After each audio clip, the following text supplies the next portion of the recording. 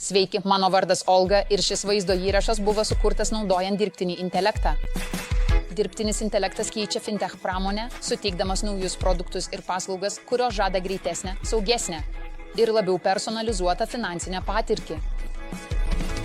Dirbtinis intelektas analizuoja didelius duomenis, kad įvertintų kreditingumą, padėdamas bankams ir kredito institucijoms efektyviau plėsti kredito pasiūlymus. Dirbtinio intelekto valdomi robo patarėjai teikia pritaikytas investavimo ir portfelio valdymo konsultacijas. Tuo tarpu realaus laiko sandorių stebėjimas padeda aptikti sukčiavimą ir pinigų plovimą. Dirbtinis intelektas taip pat leidžia įmonėms geriau suprasti klientų elgesį, sudarant galimybės kurti personalizuotus finansinius produktus ir paslaugas.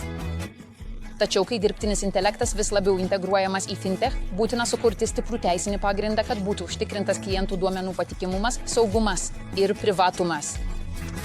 Reikalingos aiškios taisyklės, kad būtų užtikrintas skaidrumas dirbtinio intelekto sprendimų priėmimo procesuose, užtikrinant, kad vartotojai būtų traktuojami sąžiningai ir etiškai. Tai apima asmens duomenų apsaugą ir diskriminacijos prevenciją. Kad dirbtinis intelektas saugiai klestėtų fintech srityje, būtinas tinkamas teisinis reguliavimas. Užtikrindami atitikti skaidrumą ir vartotojų apsaugą, galime maksimaliai išnaudoti dirbtinio intelekto potencialą, tuo pačiu sumažindami riziką finansų sektoriuje. Susisiekite su Crowdy.ag, kad sužinotumėte, kaip dirbtinis intelektas gali būti integruotas į jūsų fintech verslą.